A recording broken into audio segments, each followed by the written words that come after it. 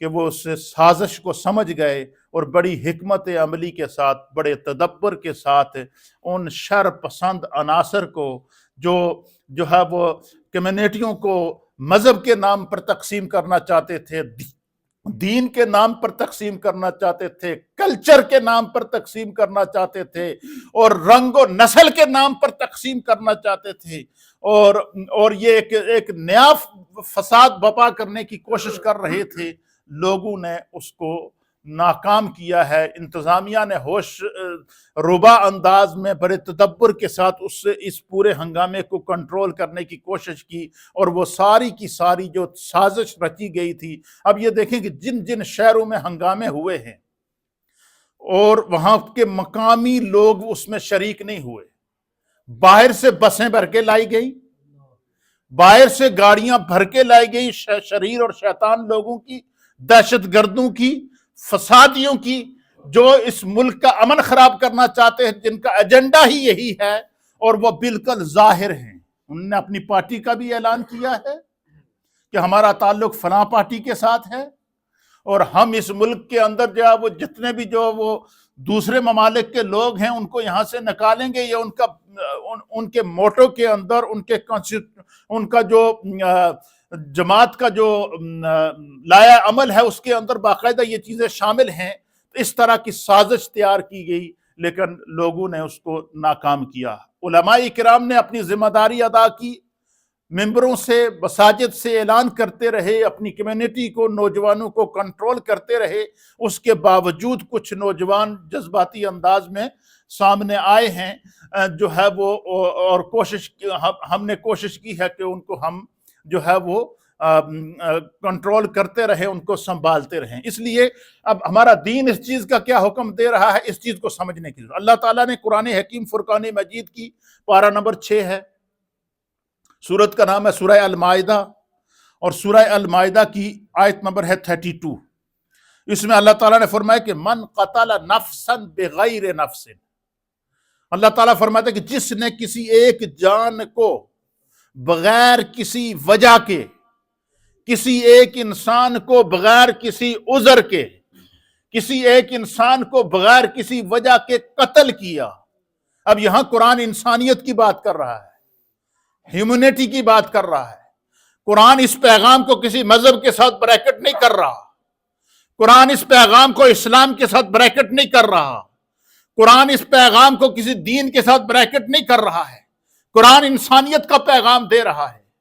قرآن شریعت مصطفیٰ کو پیغام دے رہا ہے، قرآن سیرت مصطفیٰ کا پیغام دے رہا ہے، قرآن کردار مصطفیٰ کا پیغام دے رہا ہے۔ اور کیا فرمایا؟ من قتل نفسا، جس نے کسی ایک انسان کو قتل کیا، بغیر کسی وجہ کے قتل کیا، جس طرح کے ہنگاموں کے اندر ان معصوم بچیوں کو قتل کیا گیا۔ ہم یہ کہتے ہیں کہ ہم ان جو ساؤتھ پورٹ کے اندر جو 3 بچیوں کو ظلماً قتل کیا گیا، ہم اس پورے قتل کی مذمت کرتے ہیں، اور ان خاندانوں کے ساتھ ہمدردی کا اظہار کرتے ہیں، تعزیت کا اظہار کرتے ہیں۔ ہم ساؤتھ پورٹ کے اندر جو ہے وہ ظلماً قتل ہونے والی ان بچیوں کے دکھ کو، ان کی تکلیف کو، ان کی اذیت کو اسی طرح محسوس کرتے ہیں جس طرح کے غزہ کے اندر معصوم بچوں کا قتل و غارت ہو رہا ہے، معصوم چھوٹے چھوٹے بچوں کے خون ہو رہا ہے، ہم اس کی کیا کرتے ہیں؟ مذمت کرتے ہیں۔ اسی طریقے سے جس طرح غزہ کے اندر معصوم بچوں کا قتل، ہم اس کی ان ظالمانہ اقدام کی مذمت کرتے ہیں، اور اسی طریقے سے ساؤتھ پورٹ کے اندر ہونے والی معصوم بچیوں کے ظلماً قتل کی اسی طرح مذمت کرتے ہیں، ان کے دکھ کو، ان کی تکلیف کو، ان کی اذیت کو اسی طرح محسوس کرتے ہیں۔ اور کیوں کہ ہمارا دین ہمیں حکم دے رہا ہے۔ اللہ فرماتا ہے من قتل نفسا بغیر نفس او فساد فی الارض۔ اب دیکھیں، آپ اس آیت کو سمجھنے کی کوشش کریں۔ پارہ نمبر 6 ہے، سورہ المائدہ ہے، ورس نمبر 32 ہے، اور یہ سورہ نمبر 5 ہے۔ قرآن پاک میں اللہ فرماتا ہے کہ جس نے ایک انسان کو قتل کیا، فرمایا کہ پھر کیا ہوا؟ فرمایا کہ بغیر کسی وجہ سے کسی انسان کو، بے گناہ انسان کو کسی نے قتل کر دیا، او فساد فی الارض، جس طرح کے رائٹس ہو رہے ہیں جگہ جگہ پہ، ہنگامے ہو رہے ہیں، اللہ فرماتا ہے کہ جس نے زمین میں فساد بپا کیا، ہنگامہ کیا، املاک کو نقصان پہنچایا، عمارتوں کو نقصان پہنچایا، تعلیمی اداروں کو نقصان پہنچایا، مساجد کو نقصان پہنچایا، یا کسی ایسی جگہ پہ جو پبلک پلیس ہے اس کو نقصان پہنچایا، اور بغیر کسی وجہ سے زمین کے اوپر فساد پھیلایا اور لوگوں کے اندر قتل عام کیا۔ اب دیکھیں قرآن کا پیغام، میرا رب فرماتا ہے فَكَأَنَّمَا قَتَلَ النَّاسَ جَمِيعًا، اس انسان نے کسی ایک انسان کا قتل نہیں کیا، اس نے پوری انسانیت کا قتل کیا ہے۔ وہ ہیومنٹی کا قاتل ہے، کلر ہے، وہ انسانیت کا قاتل ہے، اس نے ایک انسان کا قتل نہیں کیا۔ اچھا، اب انسانی جان کو سیف کرنے کا ہمارا قرآن کیا حکم دے رہا ہے، اسی آیت کا اگلا حصہ سنیں۔ اللہ فرماتا ہے وَمَنْ أَحْيَاهَا، جس نے کسی ایک جان کو بچایا، جس نے کسی ایک انسان کی حفاظت کی۔ جس طریقے سے آپ نے دیکھا نا کہ یہ جو رائٹس ہوتے ہیں، فسادات ہوتے ہیں، تو کوئی لوگ دنگے کے اندر آ جاتے ہیں اور خواہ جناب راستے میں چلتے ہوئے لوگ کچلے جاتے ہیں، تو فرمایا کہ جس نے کسی ایک انسان کو بچایا، اللہ فرماتا ہے فَكَأَنَّمَا أَحْيَا النَّاسَ جَمِيعًا، اس نے ایک انسان کی حفاظت نہیں کی، اس نے پوری انسانیت کی حفاظت کی ہے۔ This is the message of Quran. This is the message of Deen. This is the message of our beloved Prophet صلی اللہ تعالیٰ علیہ وآلہ وسلم۔ یہ ہمارا دین ہمیں پیغام دے رہا ہے۔ اس لیے جتنے بھی فسادات ہوئے ہیں، ہم نے پہلے بھی اپنے نوجوانوں کو آگاہ کیا ہے کہ آپ نے ان فسادی لوگوں کے ساتھ، ان شریر پسندوں کے سامنے کوئی کاؤنٹر اٹیک نہیں کرنا ہے۔ پولیس کو اپنا کام کرنے دیں، انتظامیہ کو اپنا کام کرنے دیں۔ حکومت وقت کا ہم شکریہ ادا کرتے ہیں کہ انہوں نے مساجد کی سیکورٹی کو بڑھایا ہے۔ ہم اس بات پر بھی شکریہ ادا کرتے ہیں کہ ان فسادات کے اندر پولیس نے اپنا بڑا کردار ادا کیا ہے، ہر چیز پر نظر رکھی ہے، ہر ادارے پر نظر رکھی ہے، اور ان فسادیوں کے اس فساد کو بے نقاب کیا ہے۔ اس لیے میرے دوستو، جب بھی کوئی اس قسم کی بات ہو تو نوجوان ہمارے جذبات میں آ جاتے ہیں۔ کچھ نوجوان ایسے ہیں جو ہمارے نوجوان ان فسادات میں ان شریروں کے سامنے آئے ہیں اور ان کو گرفتار کیا گیا ہے، حالانکہ ہم نے پیغام دیے ہیں، ابھی بھی دے رہے ہیں، آئندہ بھی دے رہے ہیں کہ آپ ان کو انتظامیہ جب اپنا کام کر رہی ہے تو ان کے ساتھ تعاون کریں، کاؤنٹر اٹیک نہ کریں۔ اگر آپ بھی کاؤنٹر اٹیک کریں گے تو پھر آپ میں اور ان فسادیوں میں کیا فرق ہوگا؟ آپ میں ان شریروں میں کیا فرق ہوگا؟ ان کا وہ تو چاہتے ہی یہی ہیں کہ کمیونٹیاں آپس میں ٹکرائیں، وہ چاہتے ہی یہی ہے لوگ آپس میں ٹکرا کر خون ریزی کریں تاکہ ملک کا امن خراب ہو، امن تباہ ہو۔ اس لیے اللہ کے پیارے حبیب لبیب نبی رحمت صلی اللہ تعالیٰ علیہ وآلہ وسلم نے انسانیت کے احترام اور امن اور سکون، اور جتنے بھی قرآن کریم فرقان مجید، پورے قرآن کا آپ مطالعہ کر کے دیکھیں، جتنے بھی لوگوں پر اس سے پہلے عذاب آیا جن امتوں کے اوپر، وہ عذاب ان کی نافرمانیوں کی وجہ سے آیا ہے، ان کے فساد بپا کرنے کی وجہ سے آیا ہے، ان کی املاک کو نقصان پہنچانے کی وجہ سے آیا ہے، ان کی تعلیمی اداروں اور عبادت گاہوں کو نقصان پہنچانے کی وجہ سے آیا ہے۔ اللہ کے حبیب علیہ السلام نے فرمایا کہ جو ہے وہ جو مشرک لوگ ہیں، مشرک جو شرک کرتے ہیں، بتوں کو اپنا خدا مانتے ہیں، ہمارا دین ہمیں تعلیم دے رہا ہے کہ تم ان کے بتوں کو بھی برا نہ کہو، کیونکہ وہ اس کے جواب میں کاؤنٹر اٹیک کر کے تمہارے خدا کو برا کہیں گے۔ پھر ایک حدیث کے اندر نبی پاک صلی اللہ علیہ وسلم نے فرمایا کہ سب سے بدقسمت وہ شخص ہے جس نے اپنے ماں باپ کو گالی دی۔ صحابہ نے عرض کی یا رسول اللہ، کوئی ایسا بھی بدقسمت ہے جو اپنے ماں باپ کو گالی دے؟ حضور نے فرمایا ہاں، جب تم کسی کے ماں باپ کو گالی دو گے تو وہ جواب میں تمہارے ماں باپ کو گالی دے گا، تو تم اپنے ماں باپ کی گالی کا سبب خود اپنے عمل سے بنے ہو نا۔ اس نے تمہارے ماں باپ کو برا نہیں کہا، تم نے خود اپنے ماں باپ کو برا کہا۔ کیوں؟ کہ تم نے اس کے ماں باپ کو گالی دی ہے۔ اس لیے قرآن کریم فرقان مجید اور احادیث کے اندر یہ پیغام دیا گیا ہے کہ ملک کے امن کو، اور جس معاشرے میں آپ رہ رہے ہیں اس معاشرے کے امن کو، جس سوسائٹی میں آپ رہ رہے ہیں اس سوسائٹی کے امن کو قائم رکھنے کے لیے جو ہے وہ حالات حاضرہ کے اوپر، انتظامیہ کے اوپر، ملک کے اوپر، اس موقع کے اوپر ان رائٹس کے اندر جو ان شر پسندوں کی، شدت پسندوں کی، ہم ان کو دہشت گرد کہتے ہیں، جن دہشت گردوں کی وجہ سے جو ہے وہ ملک کے امن کو خراب کرنے کی کوشش کی گئی، اللہ نے کیا وہ خود ہی بے نقاب ہو گئے۔ انتظامیہ نے ذمہ داری کا ثبوت دیا، حکومت نے ذمہ داری کا ثبوت دیا، عوام اور کمیونٹیوں نے ذمہ داری کا ثبوت دیا۔ جہاں جہاں بھی فسادات ہوئے ہیں آپ دیکھیں باہر سے بسیں بھر کے لائی گئی ہیں، علاقے کے لوگ اس میں شامل نہیں ہوئے، چاہے وہ مسلمان ہوں، غیر مسلم ہوں، یا کسی بھی مذہب سے تعلق رکھتے ہوں، انہوں نے اس میں پارٹیسپیٹ نہیں کیا ہے، باہر سے لا کر شرارتیں پھیلائی گئی ہیں۔ تو اس لیے حالات حاضرہ پر نظر رکھیں، جیسے جیسے آپ کو اس محراب اور ممبر سے، اس مسئلے سے گائیڈ کیا جائے، یہ پیغام دین کا ہوتا ہے، کمیونٹی کا ہوتا ہے، اسلام کا ہوتا ہے، اس پیغام کو سمجھنے کی کوشش کریں۔ اس لیے میرے دوستو، ان فسادات کے اندر ان جو ہے وہ مختلف قسم کے جو شرارتیں پھیلائی جا رہی ہیں، اس میں آپ نے اپنے دین کی بھی عزت رکھنی ہے، اپنی کمیونٹی کی بھی عزت رکھنی ہے، اپنے معاشرے کی بھی عزت رکھنی ہے۔ ہاں، جب ہم دیکھیں گے کہ بھائی آپ کی ضرورت ہے تو آپ کو کال دی جائے گی، لیکن کیا مطلب کال کیسے دی جائے گی؟ اس ملک کو بچانے کی کال دی جائے گی، شریروں کو بے نقاب کرنے کی کال دی جائے گی، دہشت گردوں کو بے نقاب کرنے کی کال دی جائے گی۔ اس لیے میرے دوستو، آپ بالکل صبر کا مظاہرہ رکھیں، کسی قسم کی کوئی ایسی بات نہ کریں کہ جس سے معاشرے کا امن خراب ہو۔ اللہ تعالی ہمیں دین سمجھنے کی توفیق عطا فرمائے۔ ہماری اس علاقے کی انتہائی محترم سیاسی شخصیت جناب کانسلر اختر زمان صاحب یہاں موجود ہیں، تو میں ان کی خدمت میں گزارش کروں گا کہ وہ اس وقت جو حالات حاضرہ ہیں، جو کچھ وہ دیکھ رہے ہیں، اور جو ہماری طرف سے، ہماری کمیونٹی کی طرف سے بھی آپ یہ میسج کر سکتے ہیں کہ ہم پولیس کا بھی شکریہ ادا کرتے ہیں، حکومت کا بھی شکریہ ادا کرتے ہیں، جن جن لوگوں نے تعاون کیا ان کا بھی شکریہ ادا کرتے ہیں، تاکہ ہم جو ہے وہ ان فسادات سے اپنے آپ کو اور اپنی کمیونٹی کو اور اپنی نوجوان نسل کو بچا کے رکھیں۔ شکریہ مفتی صاحب، السلام علیکم۔ میں جو کچھ کہنے والا تھا وہ بہت زیادہ مفتی صاحب نے کائنڈلی کور کر دیا ہے، تو اس حوالے سے میں آپ کا تھوڑا سا ٹائم لوں گا، اور اس ٹائم لینے کی دو جو ہے مین وجوہات ہیں۔ ایک یہ کہ میں سمجھتا ہوں کہ ہماری کمیونٹی میں اس وقت ایک سخت قسم کا خوف و ہراس پایا جاتا ہے، اور اس کے لیے میری یہ ایز اے وارڈ کاؤنسلر یہ ڈیوٹی ہے کہ میں آپ کو انفارم کروں